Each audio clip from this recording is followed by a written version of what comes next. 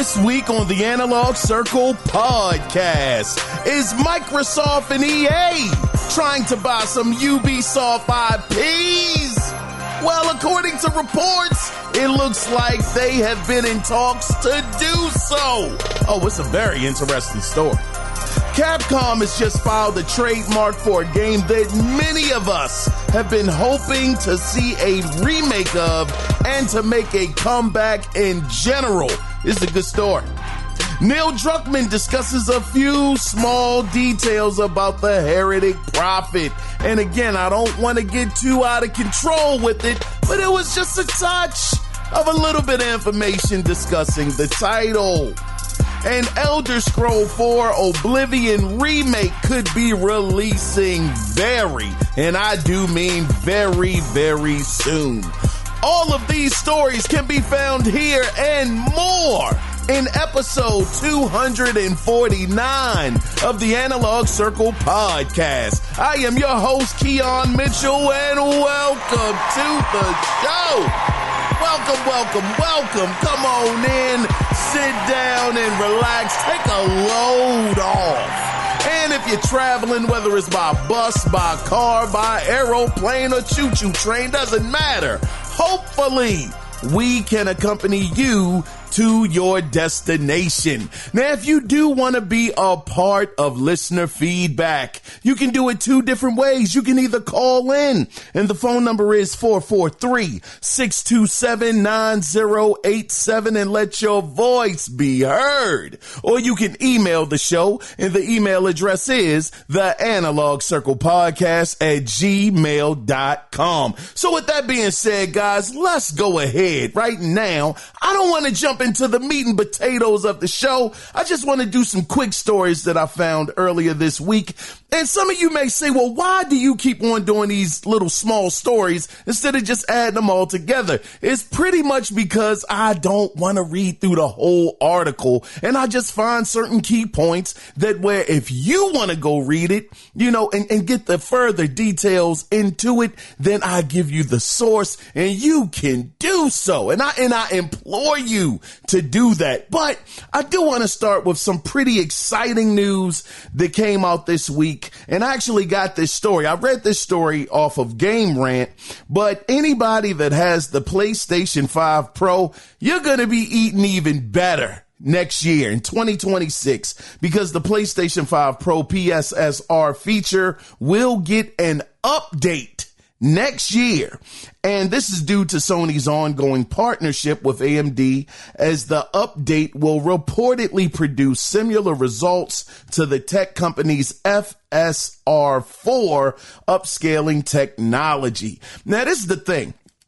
I was looking at some of this earlier this week. Like I said, I didn't get into too many details about it. So this is pretty much just surface level that I'm going with this. But it seems like Sony is also working with AMD on possibly the PlayStation 6. I know that they have some kind of partnership that's going on with each other, and it seems to be going pretty well, because if I'm not mistaken, in the article, it did mention that Mark Cerny, he actually talked to Digital Foundry, and we all know Mark Cerny is the lead architect on the PlayStation 5, and he actually told Digital Foundry, he said, quote, "I'm very proud of the work of the joint team."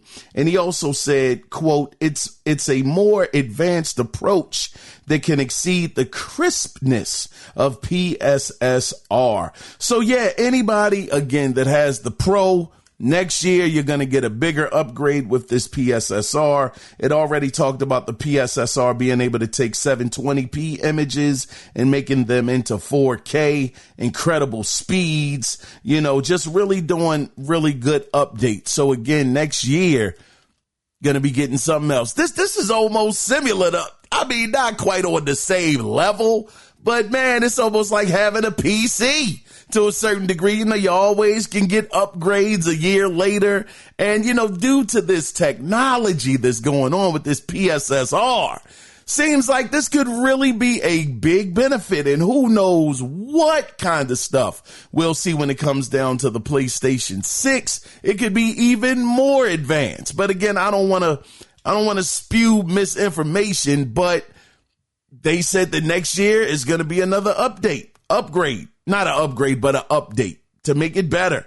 I'm very interested to see how they actually go along with it. We know that Mark Cerny, his brother, is a genius. He is an ASMR king when it comes to his doggone, his presentations. Man, that brother voice be so low. And I just really want to thank you for being here. I appreciate you. And we're going to go into a few things that the PlayStation 5 is able to do. I'm like, man, this brother right here, God dog. Man, shout out to Mark Cerny, though. Oh, man, that brother right there, Jack. Goodness gracious. Anyway, man, we'll see how this actually comes out next year. I'm sure it's going to be very, very well done. It's probably going to be very exciting as well. But the other thing that I wanted to get into before we get into the meat and potatoes of the show is Control 2 has entered full production right now. So if anybody was very excited about this game, Control 2, because you loved Control 1, just know that this game is in full production, full swing, as it were, right now. Now, with that being said, guys, let's go ahead now and let's just get into what we all come here for, brothers and sisters. And that is no doubt the gaming news that went down. Man, we got a lot to discuss. So our first story, I actually got this from Insider Gaming. So last week we got updates on both Marvel 1943 and Black Panther. Well, this week we actually have some very promising news about the Iron Man video game being developed by Motive. So a Reddit user who goes by the name Spider Byte, his name is spelled Spider, Spider, Byte, he discovered an advanced graphics summit segment taking place at GDC. By the way, that's going to be on March 17th. Now, this summit is being led by a technical artist from EA, and the content shown will be focused on the development of texture sets for Dead Space, I'm sure that's Dead Space Remake, and Iron Man. So essentially, this could be our first look at the game. And also, since the game is being developed in, my favorite engine, Unreal Engine 5, is also a possibility that we'll get a demo or a reveal trailer at the Unreal show at GDC. And by the way, it's been in development, because I don't want to, oversell it, but it's been in development since 2022. So we're talking about going on about roughly 3 years that this has been in development. And when I think about that GDC show, you know what game I think about. I just mentioned it. Marvel 1943. During the Unreal session, that's where that game was shown off. And I can only hope and imagine that it just may be a little bit of hope there, that we see something on Iron Man. And if it looks anything like Marvel 1943, oh man, it's going to be amazing. I'm really looking forward to it. Again, be on the lookout on March 17th. For GDC and Iron Man making an appearance. We shall see. By the way, with Motive being behind this, man, that Dead Space remake, good grief, man. Motive is a very, very good studio. Those guys are really, really talented. So with them being on this project, I have nothing but the utmost confidence that they'll be able to make a fantastic Iron Man game. But we will see. Let's go ahead, though, guys, and let's move on into the next story that I got from The Shortcut. So due to an FCC filing, we have found out about a few more details about the Nintendo Switch 2. Now, for starters, the Switch 2 will support NFC via the right Joy-Con controller, which suggests Amiibos will be supported on the Switch 2, which is pretty awesome. I believe that could be the case because we do know that the Switch 2 is backwards compatible, and we know that Nintendo is all about those dollars and cents. We know that they want to continue to have the money rolling in. Everybody that's in business is concerned about the dollars and the cents. And if they can make a situation where you can use some of your old Amiibos for some of the backwards compatible games and sell you on some new ones as well, because to my knowledge, the Amiibo situation was a very lucrative one. A lot of people were buying Amiibos. They were a very big success. And with Nintendo knowing that, I can't imagine that they would abandon something that was very successful for them before. So again, it suggests that Amiibos will be supported on the Switch 2. Now, the top USB-C port on the Switch 2 can be used for charging, which can come in handy for people that, like to play in tabletop mode. Now, it was also discovered through FCC filings that the Switch 2 will support Wi-Fi 6, which will also allow for faster speeds and it being more efficient, which could extend the battery life, which is always great for a handheld. Anything to expand the battery life is always A+ type of situation. And it was also due to the FCC filings, they had mentioned a AC adapter with a maximum of 15 volts, but another AC adapter can reach 20 volts. With that, now with that being said, I'm sure the 20 volt adapter will be used for when it's docked, since the Switch 2 will be more powerful than its predecessor. It's supposed to be, at least. And maybe the less powerful AC adapter will be for handheld mode, I guess. Kind of similar. I'm thinking maybe similar to the Switch Lite. Maybe. I don't know. I wonder if they would do that out the gate, because they know that the Switch Lite was very, very successful. Hold on, let's not go off of my words. Let's see how many units the Switch Lite actually sold, just to see, if it would even be worth it for Nintendo to do that. Hopefully they didn't lump them all in together, but let's see. How many Nintendo Switch Lites were sold? It says, as of the end of the 2024 fiscal year, March 2024, Nintendo has sold 2.52 million units of the Nintendo Switch Lite. Man, so let me see, total Lite sales. Total Nintendo Switch sales as of end of 2024. No. Man, that OLED sold pretty good too, man. That sold 9.32 million units during the 2024 fiscal year. So the Switch Lite, I can't find overall numbers for it. But okay, how many have been sold?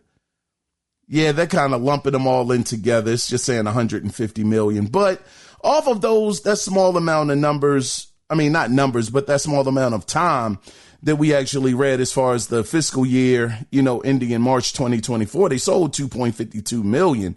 So that's still pretty good. I'm only just wondering, will Nintendo actually do that out the gate? Just make a Nintendo Switch 2 Lite straight out the gate, and then you have the Nintendo Switch 2. I think it's a possibility. And with the adapter actually being an indicator of what could be, then, I think it's a very possible thing, but only time will tell. We'll see. But let's go ahead though, guys, and let's get into the next story that I got from Games Radar. Man, God dog, this story right here. It finally happened, man. Death Stranding 2 has a release date of June 26, 2025. Golly. Hold on, wait, whoa. What am I doing? Hold on. I'm not going to applaud that. Wait a second. Now, I was not a fan of the first one. I have to say that first and foremost. But doggone, when I saw that trailer, brothers and sisters, when I saw the trailer, man. Oh, man. I said, Kojima, God dog it, brother. If you can't do anything else with gameplay or stories making sense or, just great character development, man. It's one thing this brother can do, and that is make some beautiful looking graphics with the Decima engine. That engine is engineing right now. Y'all hear me? That Decima engine looks beautiful. Absolutely amazing. Then that Joker, man, to just see what he did. That brother Kojima, man, he still wanted to be in contact with his first love. You see how he put the fake snake up on the screen with the doggone band? What is it? Doggone, I can't even think of what it is. The thing that goes over his head, man. Doggone. Y'all know what I'm saying. He had him on the screen, brother, just there with some people. I said, I don't even know how this guy's going to work. I don't know what's going to happen, but the thing is, man, I have to admit, I am interested in this game. The bandana, that's what I was trying to say. Had the bandana on his head. He got the troops with him. I'm like, oh, man, Kojima, man, I love it. I love it. I really do. Seeing the different vistas, the different biomes. He was shooting up some stuff, Sam and whatnot. I said, I don't know. His Joker had doggone combat and the vehicles going on. I said, man, wait a minute, Kojima. Wait a second, brother. You might have something here. You just might have something that might appeal to me. Just a little bit more than the first one. I'm always willing to give a game a chance, even when it was a spark. If I had a bit of a spark, I'm willing to give it a shot, because I will say this about Death Stranding. That story, again, granted, Kojima and his storytelling, man, is buck wild crazy. I can't keep up with the brother. I can't keep up with him with all of the stuff he does. But, man, it was interesting. I could kind of understand where he was going. But those characters, man, they seem so interesting. It was just walking around with the packages and stuff. I'm like, brother, this doesn't seem like a fun gameplay loop for me. But if I could shoot something, and get into some real confrontations, I understand they still gonna have that black goo and all of that stuff going on. I mean, that's just part of the game. I get it. The BB ain't going nowhere. Man, this brother right here, man, God dog. I'm just very, very interested to see how this game actually, how it performs. And I don't mean perform as far as the actual game itself, like how many frames is it going to be? What's the resolution? Not that kind of performance. I'm talking about as far as sales go. How many people are interested in Death Stranding 2? Because Death Stranding 2 has to be one of those games. It's like whether you either loved it or you did not like it. It really doesn't seem like it's any middle ground for this game. And looking at that trailer, I will say, I've been saying this for a couple of weeks. It keeps on making me want to buy the $20 Death Stranding for the PS5. But then I say to myself, brother, you ain't going to play this thing, man. Why you going to waste your money? Even though $20 is really, that's really ain't about nothing. $20, but I don't know. I might give it a shot, man. I might see what's going on with it, with the faster loading times and the better visuals. Who knows? I might give it a shot. But again, for anybody that wanted Death Stranding 2, this coming out June 26th. Matter of fact, any of y'all brothers or sisters out there buying this game, Death Stranding 2, are y'all excited about this game? I'm excited about it, but I don't think I'm like, I want to pay money excited. I just want to see what happens with it. I could be convinced to buy it. I definitely could. That puppet that got that Rankin Bass animation going on with it. Oh man, he seems very, very interesting. I like to get his backstory. But anyway, let's go ahead though, guys, and let's get into the next story that I actually got from Game Rant. So let's talk some rumors. Rumor has it there's something that only I know. Insider Bill Kunn. His name is spelled Bill space Kun. Now, he has reported that Indiana Jones and the Great Circle will be released on April 17th, 2025. And also, according to Bill Kunn, you will have the option to buy a premium edition for $100 and get access to the game 2 days early on April 15th. Now, of course, you guys know that I'm talking about this coming to PlayStation 5, April 17th. Is it gonna happen? I don't know. I just don't know if it's gonna happen.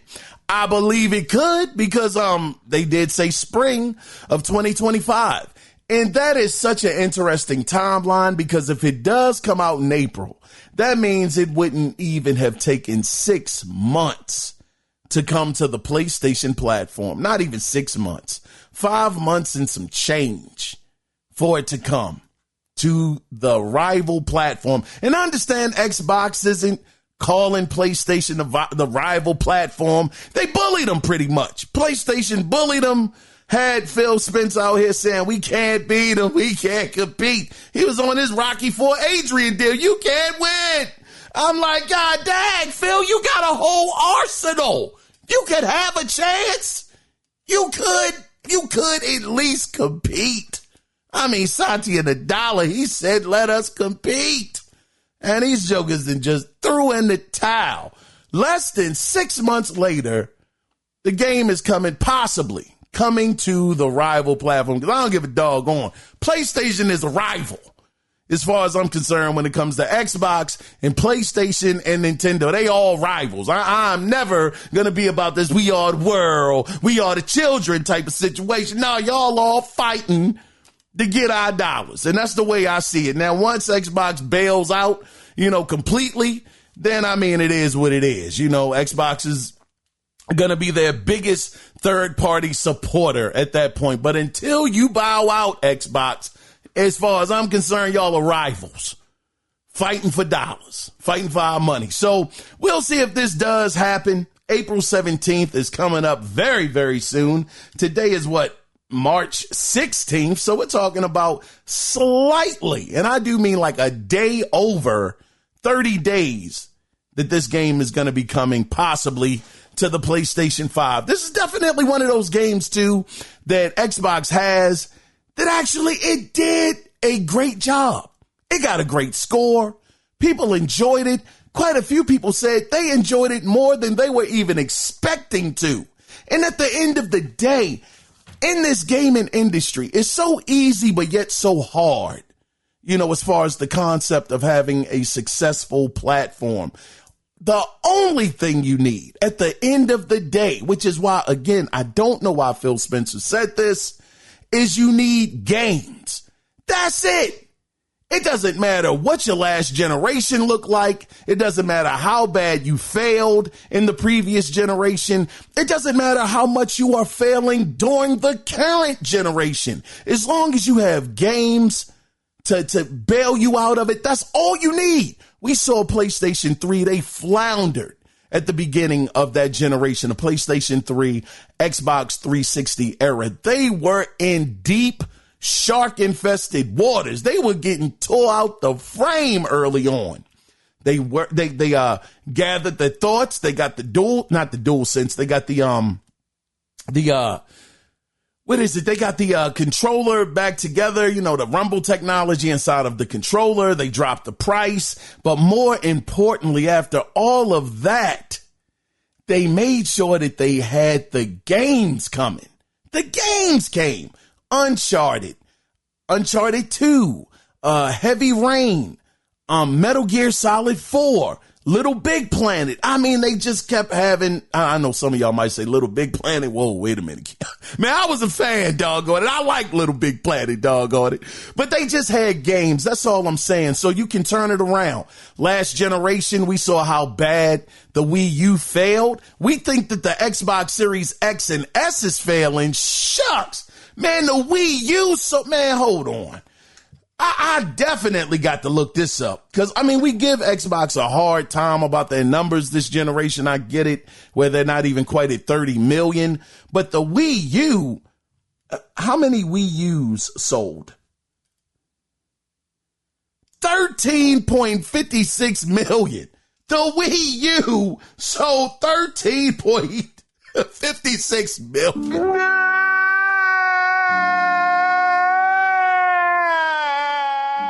You can't get much worse than that. That seemed like 3DO numbers. God, dog.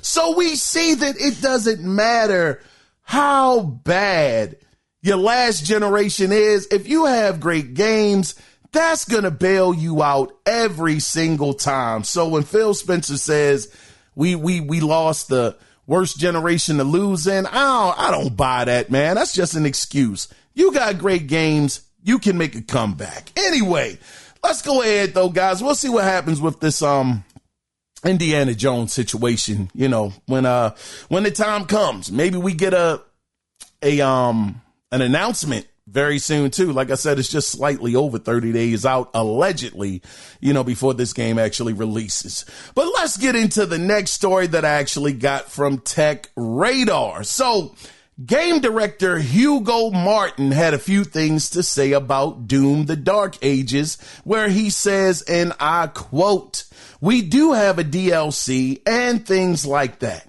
So I'm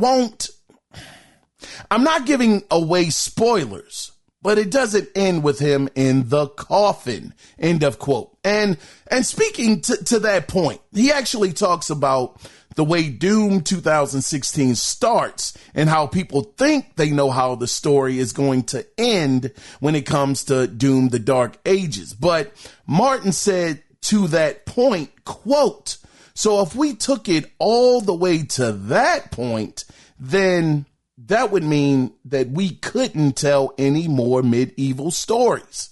And I'm not announcing any projects or anything other than to just say it's better to leave it open, end of quote. Now, we also said, quote, "This is kind of like the Chronicles of the Slayer," end of quote. So it's kind of like a beginning story, kind of talking about how he came to be. And I know that people, you know, talking about the coffin, he's like, nah. If we did that, we would have to end it right there. We couldn't tell any more dark, medieval, dark stories about, well, Dark Ages stories, about the Doomslayer. So it doesn't look like they're going to go in that direction. It's just going to leave it open-ended. And just be on the lookout for some DLC, you know, a couple of things coming down the pipeline when it comes to Doom: The Dark Ages. Again, God dog it. Another game underneath Xbox's banner. Another game. Doom. We can all say now, I understand that some people may not be Doom fans. I get it.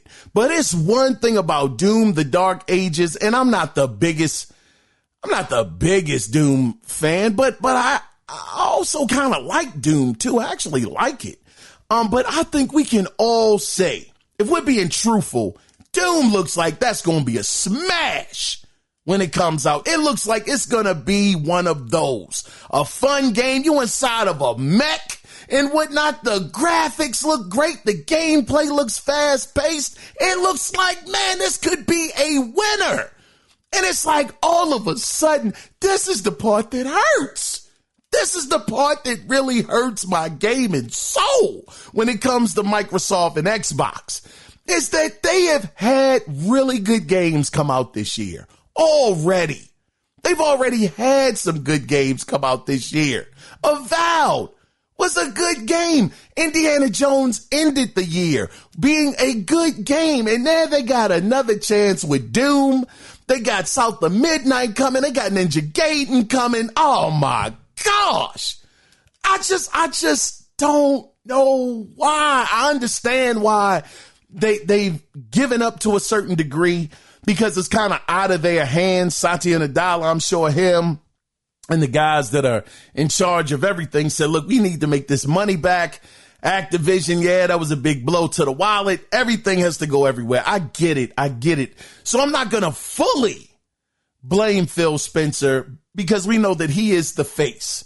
No matter what's going on, he has to come out here and he has to tell us the message, even though it might not necessarily be his message for the most part. He has to do what the shareholders tell him to do.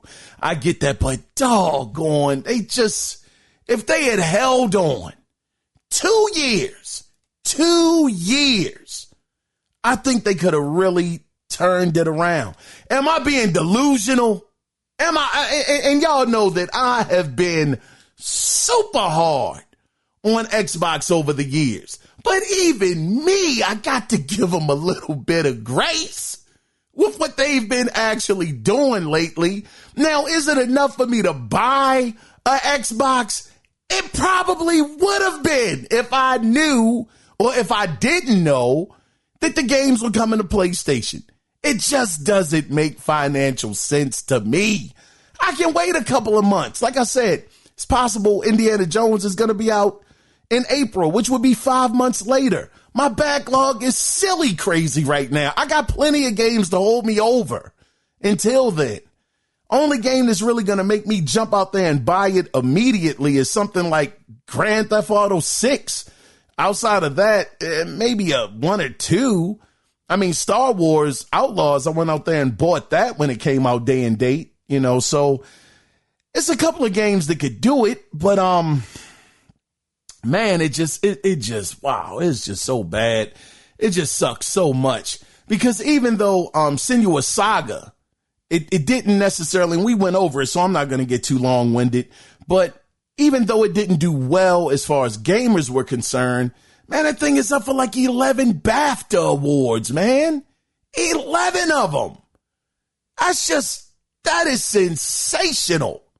Just amazing. I just really, really think that they could have really made a heck of a run. I mean, am I on my own planet with me saying that? Am I being delusional? Have I lost it or what? Because right now, quite honestly, PlayStation ain't setting the world on fire right now. They ain't doing too much. I mean, they got doggone one of their highlights is Forza 5. Horizon coming to the platform. That game been out for 25 years already. And that's a highlight, and it's coming from Xbox. Oh, my gosh.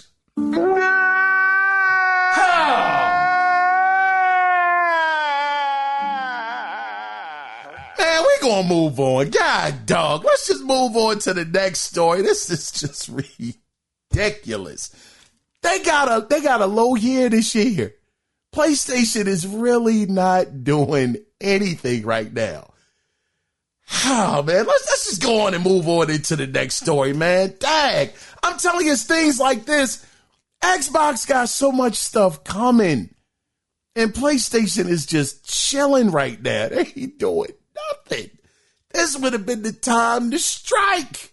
Anyway, man, let's go ahead, guys. Let's go ahead and get into the next story that I got from VGC. So, one remake that a lot of people have been looking forward to is Elder Scrolls 4 Oblivion. Now, this remake had been mentioned, I believe it was all the way back to, man, it was around like 2023, I believe was when this remake had been mentioned.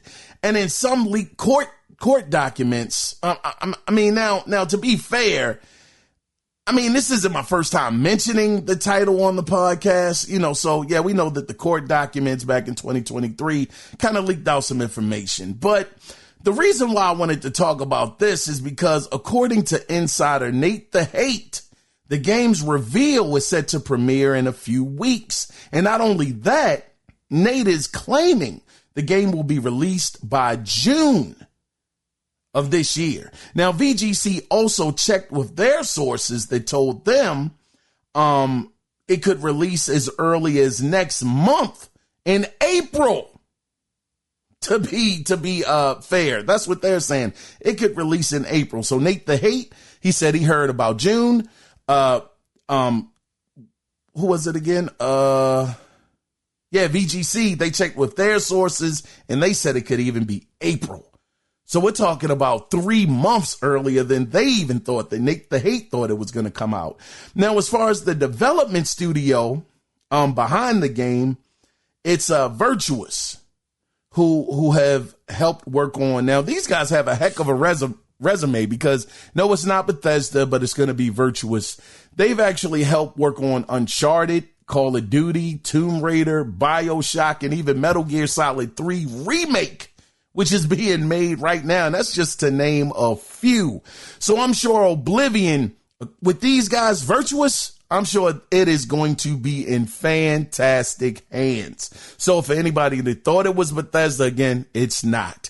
But yet again, now see, this is, and I say this in all honesty, I'm being so honest, I promise y'all, on everything. I didn't purposely write down games that actually are Xbox games or Xbox owned or Microsoft owned games, but daggone, they got this game coming out this year. They could have been exclusive. I just, man, it got so much. Because when I'm writing these stories, I'm going to let y'all in on a little bit of behind the scenes. Whenever I write these stories, I leave them. I write them days in advance. I don't go back to them and read over them. I probably should. That's probably why my delivery is so choppy at times. But I actually just leave it and I move on to the next story and I'll just react to it, once I get back to it. So it's like sometimes when I'm reading the stories, I'm really like, God, dog, man. Yeah, that is like right now I'm saying, darn, that is another IP owned by Xbox. So they just got, this would have been a phenomenal year. This might have been the best comeback in any console's generation, possibly, with the amount of games that they have coming out and games that people actually want to play. I'm not going to sit up here and act like I'm an Oblivion fan. I'm not. The only thing I remember about Oblivion is it was the gateway drug, the gateway gaming drug to DLC, to add-ons with the horse armor and all of that stuff. Excuse me, that's pretty much the only thing I really know about Oblivion. I mean, it came out on the 360. It was a fantastic, phenomenal game when it released, but that was like the highlight. That whenever I think of Oblivion, I think of DLC, horse DLC, the armor, but how many people wouldn't want to play this game with 2025 graphics? A remake of one of the greatest games of that generation, the 360 PS3 generation. Man, I'm sure this game is going to sell crazy amounts. And if it's coming out in April, good grief, what a way to combat Indiana Jones on the PlayStation 5. But then again, darn, is it going to come out on the PlayStation 5 day and date? Is this game going to come out day and date on PlayStation 5? Oh, my God. Move this man! No! If they bring this out day and date on the PlayStation 5, God, dog. And I really feel like it's going to be released on the PlayStation 5. Oh, man, hold on. Is Elder Scrolls 4 Oblivion Remake being released on PlayStation 5? It doesn't say. I figured that was going to be hard to really get the information on that. But we'll see, man. We will see what happens with this. I can't wait just to see how good it's going to look. I am very, very interested in that. And we'll see. We'll see what happens. I would hope Xbox, Phil Spencer, Satya Nadella. I understand you're not with the gaming side of things, Satya. You run the whole company. Please let this just release exclusively on Xbox and PC. I mean, y'all been doing that, but give this time to breathe. I'm so sure that a lot of people would, I ain't going to say people willing to pick up an Xbox for this game, but I'm sure it would do well. And it's going to be on Game Pass possibly too. Golly, wow. Xbox got some joints, man. That's all I could say. Jokers is busy this year. But anyway, let's go ahead though, guys, and let's get into the next story that I actually got from Comic Book. So we got some promising news, some promising Capcom news this week due to a registered trademark that was spotted by Gamitsu.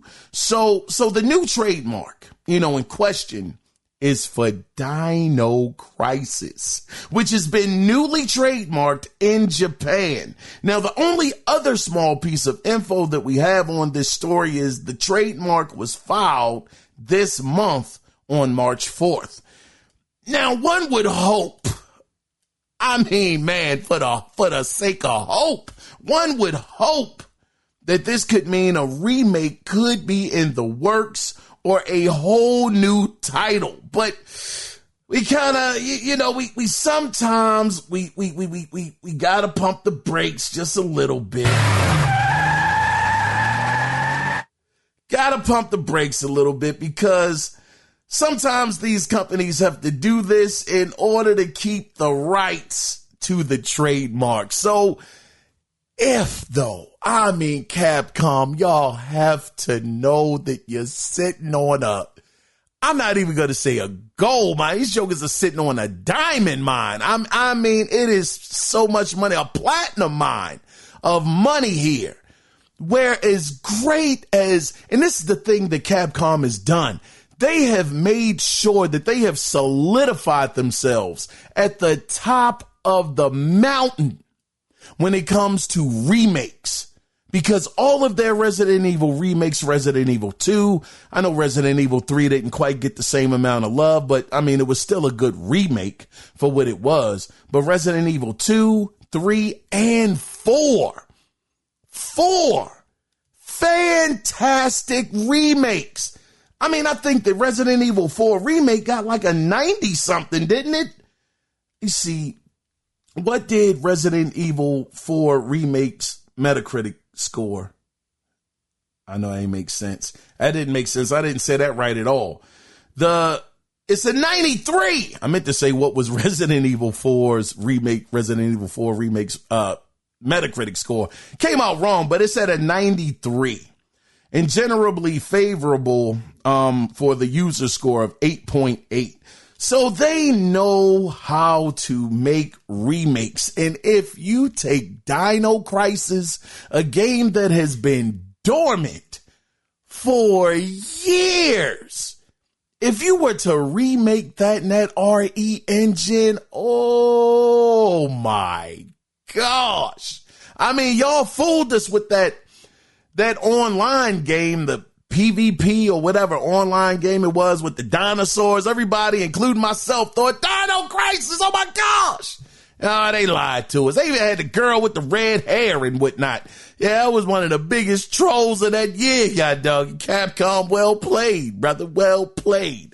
But hopefully with this trademark actually being a thing that just got filed on March 4th, that's this month. Maybe, just maybe, we will get something Dino Crisis related. I'm really, really hopeful. Hopefully we do, but only time will tell.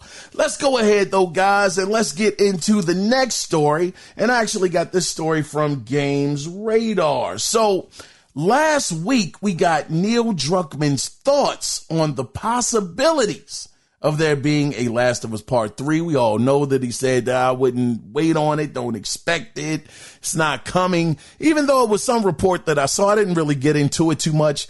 They said that Resident Evil, that The Last of Us Part 3 was in active development. I don't know how true it was. I didn't, like I said, I didn't really get into the article. But this week, Neil Druckmann, he actually sat down on a new episode titled Creator to Creator, where he discussed his latest project, The Heretic Prophet. So let's take a listen to what he had to say. I've been working on this project at Naughty Dog for 4 years now. We just announced it. It's called Intergalactic, The Heretic Prophet. It's our venture into more sci-fi stuff. What kind of sci-fi? Obviously I know you, but is it like, you talking deep space? Are you talking about, is it Earthbound? It's not Earthbound. It takes place 2,000 years in an alternate future that deviates in the late 80s. Wow. And we spent like years just coming up with that timeline, and it's dealing with. It's funny. It's like I joke about this with the team. It's like, oh, we made a game with The Last of Us 2. We made certain creative decisions. I got us a lot of hate. A lot of people love it, but a lot of people hate that game. Who gives a shit? Exactly. So the joke is like, you know what? Let's do something that people won't care as much about. Let's make a game about faith and religion. So there is just we not only in this alternate history timeline, we've made this. Where the timeline deviates, this new religion becomes pretty prominent, and then we spend years just building out this religion of like from the original prophet all the way how it gets like changed and sometimes bastardized and evolves over all these years, and then like all these people from this. How many? You said 2,000 years. 2,000. Coincidentally, 2,000 years. Coincidentally, 2,000. And this whole religion takes place on this one planet, and then at one point, all communication stops from this planet. Nice. And you're playing a bounty hunter that's chasing her bounty, and she crash lands on this planet. And it's, and I really wanted to make a game about faith and religion, but also about this. It sounds just being lonely.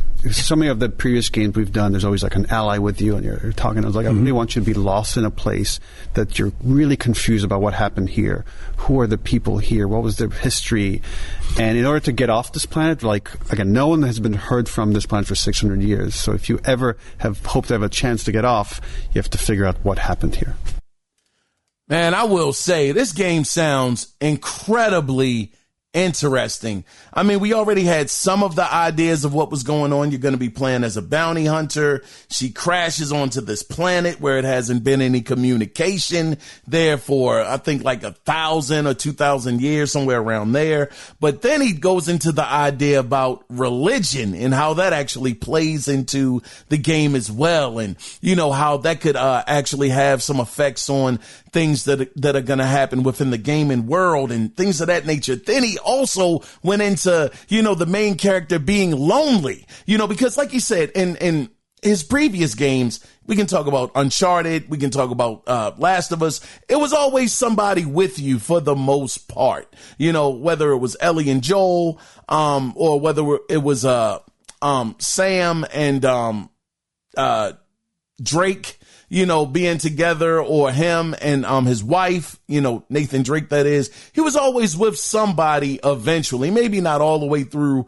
each level. Sometimes Sully would be with him. So, you know, just him taking a different approach with this by actually making it so this new character actually is going to be alone. How is that going to be? How is that going to, you know, what kind of story is that going to be able to tell from Neil Druckmann? You know, from the guy that I think is one of the GOATs, you know, in my opinion. The Last of Us Part 2 just really had such a great impact on me. I wasn't mad about any of the decisions that were made. It only made sense to me. There ain't no way I would hold that against him. It was his creative vision to do what he wanted to do with the characters. And I support it wholeheartedly. So I know that he joked around and said that he wanted to do something where people couldn't get mad at him. So let's go ahead. Let's talk about religion. You know, it was a joke, but you know, at the same time, he was like, man, he knows that a lot of people hated The Last of Us Part 2, which is just crazy to me. But, I'm very, very excited to know more about the Heretic Prophet. We know that they've been working on this game for 4 years.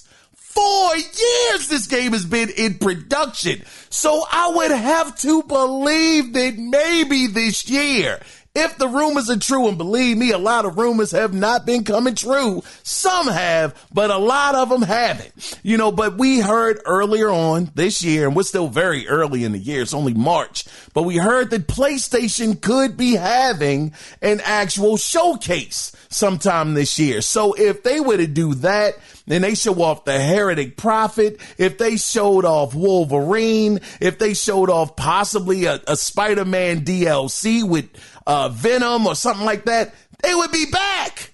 But right now, PlayStation, they ain't doing much of nothing right now. I'm not going to say much of anything. Let me say it like this. They're just not doing anything that's, you know, extremely exciting right now. I'm not going to say that they're not working, just like Xbox. Xbox just man, they've been on a roll, brother. They've been having some really, really good games releasing. And it's fantastic to see it because it's taken so long for them to get to this point. And we know that Nintendo, they're going to shine next month, April 1st, or is it April 2nd? One of those days when their show is going to come up. So who knows? Maybe this is the year that PlayStation feels like maybe we need to get up and step to the plate and try to swing for a home run. Because, yeah, we understand that Xbox, they're going to be getting out of the business. That's what they say. You can't convince me, though, that PlayStation does not still see them as competition because none of their games, none of their games have gone to Xbox outside of MLB. You still haven't had Horizon Lego come over there. Nintendo got the game before Xbox did. So that's why I'm saying there's no way I'm looking at it like Sony is, or Sony, PlayStation, whatever, they're the same, is looking at Xbox like they're friends. They're not. So hopefully them knowing that Xbox, they have some things to show this year. Nintendo, they have some things to show off this year. You know, if they decide to do a showcase, a E3-esque showcase, the only one that would be out in the cold this year in a very competitive year, I would say, would be PlayStation. So I would think that this would be the year that they would come back and do an actual showcase to show off the games that they have coming. Ghosts of Yotai, whatever the case may be. And I am hoping that with the Heretic Prophet being 4 years in development, that they would have something to show off at that showcase. But only time will tell. This game sounds very, very good. I know that Neil Druckmann, he was saying that they're still working out some of the beats of the game. It keeps on switching, keeps morphing into different things. I think as far as the storyline goes, that's not quite 100% nailed down. He said that he's continuously working at it. So I understand that it's still a work in progress, but hopefully they'll have some gameplay, set up a couple of scenes to really get us excited. At least one scene with actual gameplay to get us real excited, to get a better understanding of what the game is going to be. But let's go ahead though, guys, and let's go ahead and get into, well, almost finished. But the next story that I actually got from GameSpot. Now, I've been talking about it all episode.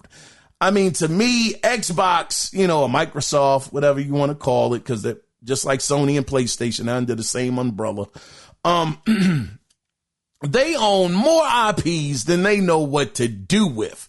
And EA, well, I guess we can say they've actually been doing a lot better over the years when it comes to their IPs and or projects that are being developed. They've done well, man. Vince Impella, when he got over there to EA, and then, oh man, shout out to the brother with Split Fiction releasing to high scores. I mean, they've really turned things around when it comes to EA. They were one of the worst gaming companies at one point in time. But it seems like now they're giving their developers, you know, actual creative freedom. The Star Wars games that released, they were well received. So they've really, really turned over a really, really good page, you know, in their book, you know, when it comes to EA and the things that they have going on over there. But that's not what we're here for. What, let me ask you this. What do both Microsoft and EA have in common?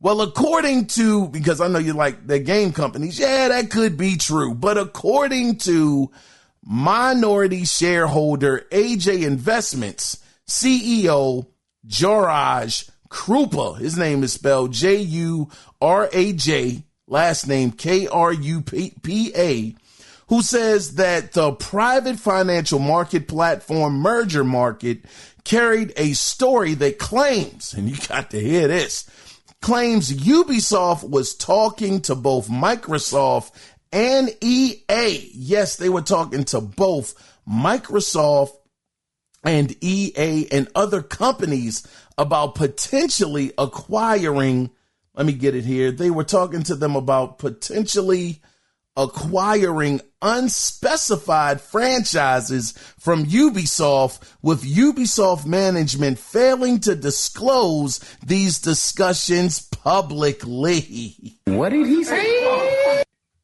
These jokers are behind the scenes having private meetings and ain't telling nobody about it, that EA, Microsoft, and other companies were trying to work out some deals over there at Ubisoft behind the scenes, and management failed to disclose these discussions publicly.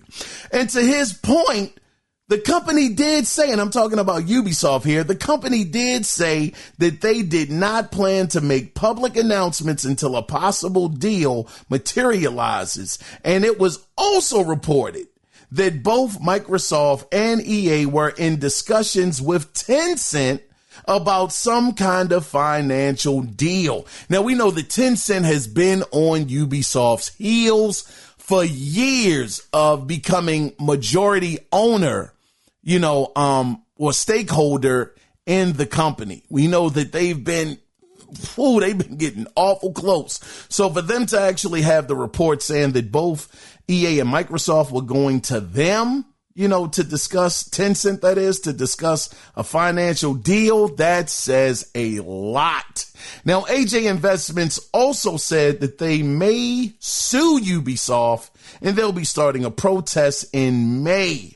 And they said that they just have horrible management. A quote, horribly managed. They've horribly managed Ubisoft. And they don't like the way the company is being ran, as it were. So as somebody who has a financial interest in the company, AJ Investments, I have a financial interest as well, but yeah, my stocks is doing terrible right now with Ubisoft. I feel like I need to pull out, but I am for this. I'm absolutely for this. But my point is, can you imagine Microsoft and EA sitting there and other companies saying, Ubisoft, man, what's up with that Assassin's Creed, man? Are y'all really going to continue with that? We might be able to take that off your hands. You don't want to sell Assassin's Creed? What about Beyond Good and Evil? Y'all been working on that for 60 years and ain't nothing came out. Why don't you let me get that up off of your hands? Splinter Cell, us over at Xbox, we introduced the world of Sam Fisher. It's a lot of IPs over there that could be possibly sold off. Now, granted, I know that Ubisoft, they got to go through the proper channels. They've been quiet already. AJ Investments is saying they really don't like it. They're about to start a doggone petition on these jokers, or protest, on these jokers in May if they don't get it together. They feel like they're horribly managed. They don't like the direction that they're going in. So I'm just saying that, wow, we are at the point where Ubisoft, my goodness. Again, it's not to say that they're going to do it, sell off their IPs, but just the fact that they were allegedly in talks with both Microsoft and EA and other companies to do so. Let me ask y'all something. Let me ask y'all this. Let me ask y'all, what IP? Okay, now we know EA, the third party, is going everywhere. Unfortunately, God dog, so is Xbox. Daggone. Is going to eventually go everywhere too. But just for the sake of this conversation, what IPs do you think would be better for what company? Like Splinter Cell, EA, I don't know. EA might be able to flourish a little bit with Sam Fisher, because of their background with Battlefield, they have that. But then, with Xbox, they got, now I understand it's not quite that, it's not really at all that kind of game. But they got the Coalition, which, works on Gears, two totally different games. But maybe you could hand that over, Sam Fisher or Splinter Cell, maybe to, I don't know, man. Maybe Oh, you know what? They could probably hand them over to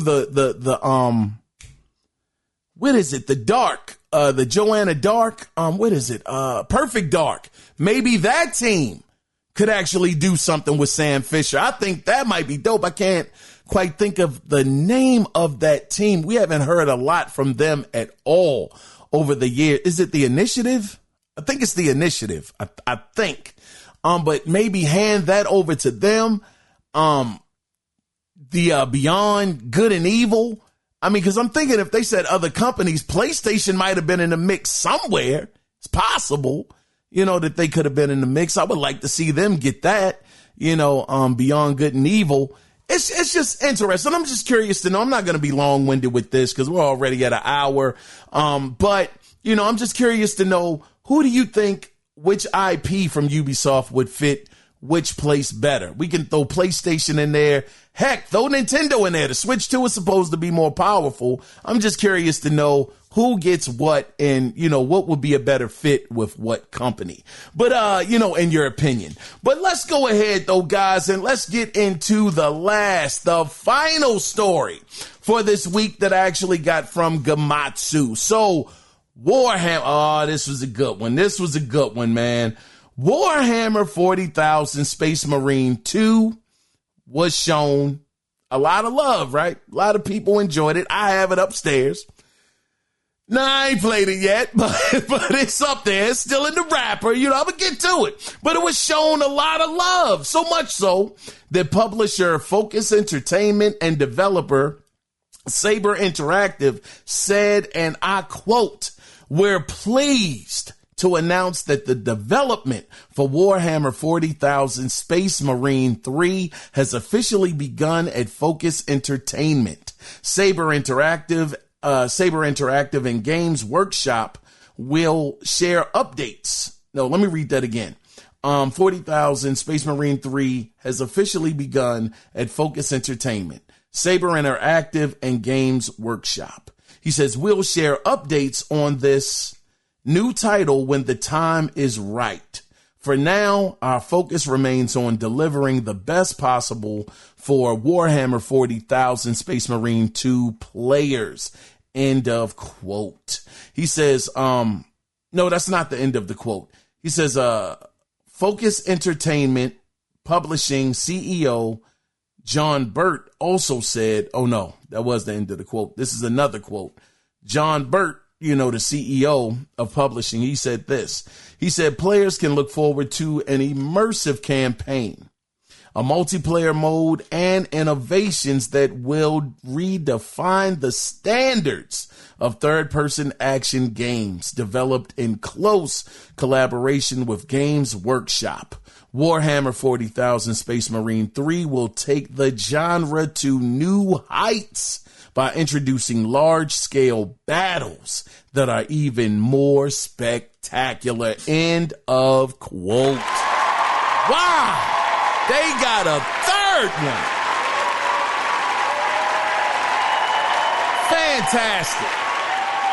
Fantastic news. Matter of fact, one of the guys, I think one of the main guys, said that Space Marine 2 sold more than Doom did. He was on the Doom team. He got moved over to Saber Interactive, started working with them, and he was like, "Man, I've never had this big of a hit on my hands. This is absolutely amazing."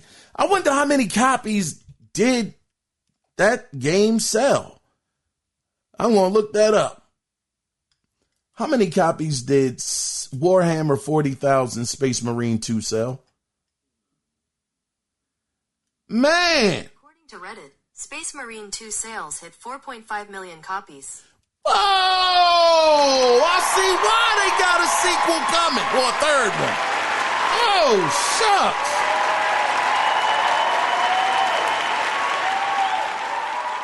Darn. Wait a minute. Now listen to this.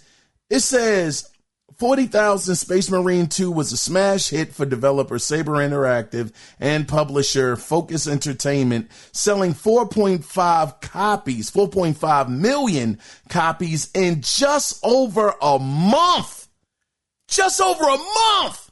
And that was reported on January 15th of this year, 2025. So that game did very well. Now that is always so interesting to me, because some games that may do 4.5 million, you would think it was a flop for some of these developers and publishers. But them 4.5 million, that's a smash hit. Now, I would think that those numbers would be great for anybody. Anybody sells over 4 million of anything, that is a huge success, especially gaming wise. I guess the only thing to see is what was the budget.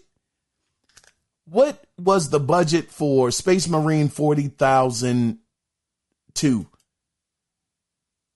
I didn't say that right, but let me see.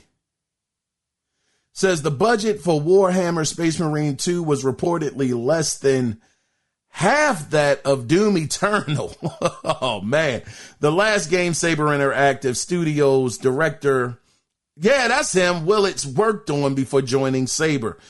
Let me see. Because I really want to know what it was. Well, if it was half of what Doom Eternal, well, okay. What was the budget for Doom Eternal?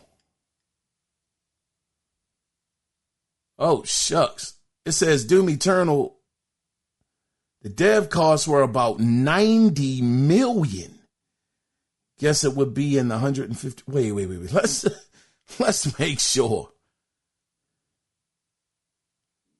It said how much money did Doom Eternal make?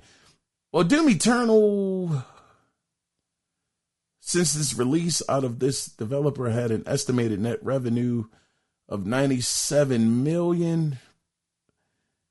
Hold on. Let me try it one more time, because it looks like it might have cost about 90 million, but I'm not getting a clear answer. What was the budget for Doom Eternal? Yeah, how much did it cost to make Doom Eternal? There we go.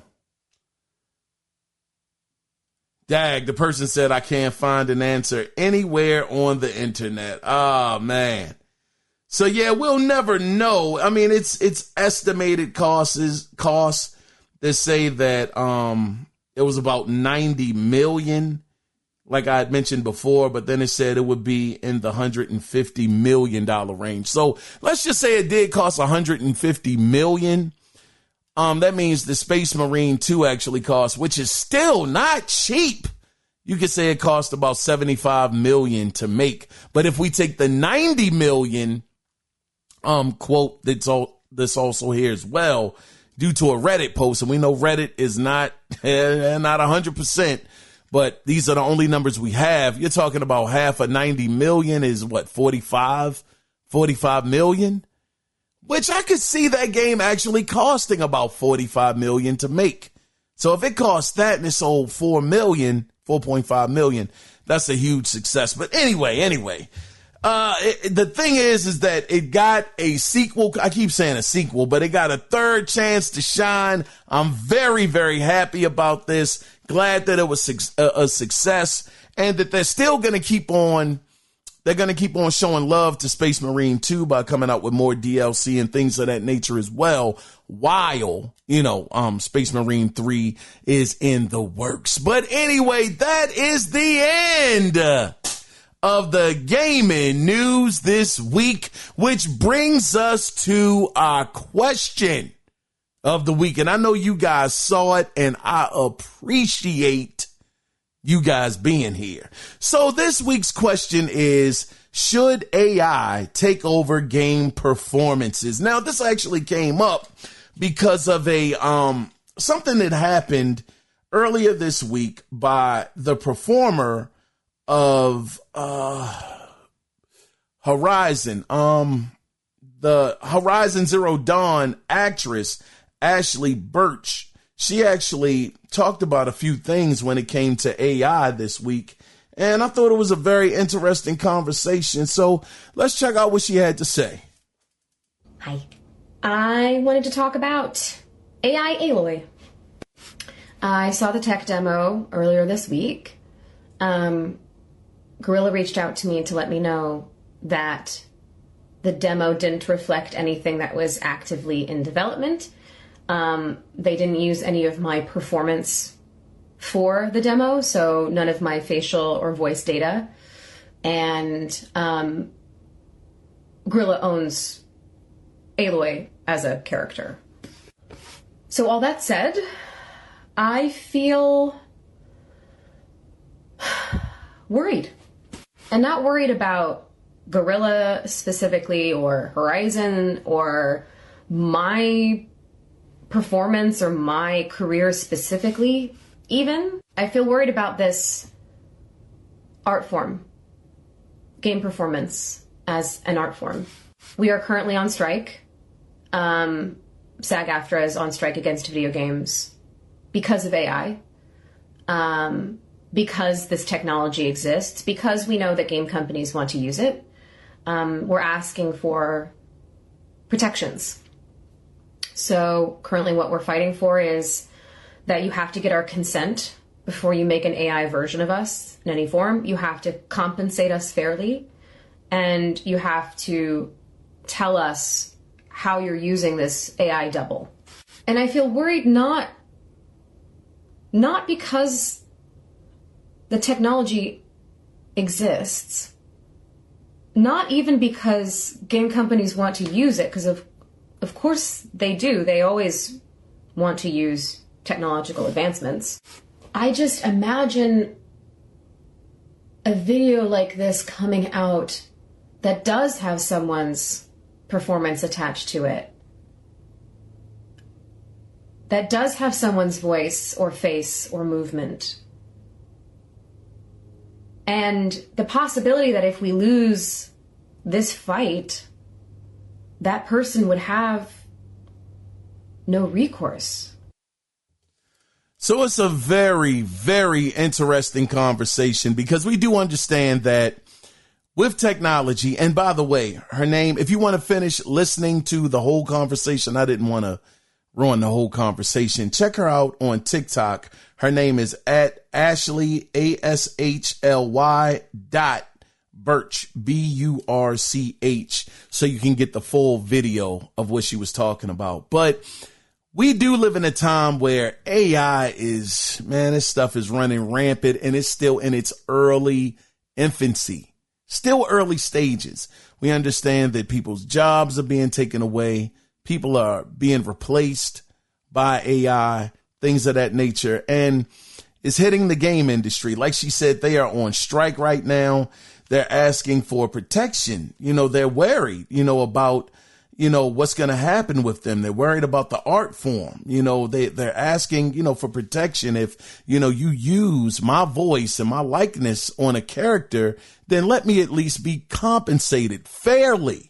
Compensated for you actually using my likeness. So this is the road that we are headed down, unfortunately. And for me, I have always felt like it is no way that an AI can give a character the human emotion, that only a human can portray. Having something that seems a little robotic and I understand that AI isn't going to be talking like back in the day, want to play a game. I know it's not that, not even remotely close to that. But I do feel like with gaming, with these characters, you need that human element to stay relevant, in the space. It makes the characters more believable. And I understand some people will say, man, well, technology has just got to take over eventually. I get it, but and having to replace actual real actresses, real actors, voice actors, the mocap and all of that stuff. I really, truly would like to see the gaming industry stay the same. And I understand that with these companies, it's all about the money. It's all about the bottom line, the bottom dollar, whatever the case may be. It just always goes back to the money. And I get it. I do understand you have to make your money, but gee whiz, sometimes this stuff really, really just seems like absolute greed at the end of the day. So I'm just curious to know, again, for you guys, the question is, should AI take over game performances? I'm against it. I want to see the human actors and actresses continue to voice these characters, to continue to do the mocap, the facial expressions, all of that stuff. I would much rather see them doing it than an AI. But I want to hear from you.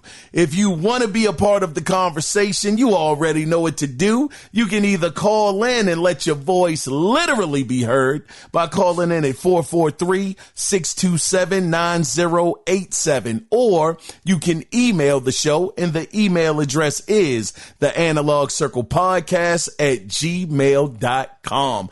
I was your host, Keon Mitchell, and again, as always, I have to always say this because I truly, truly mean it. Thank you guys for being here.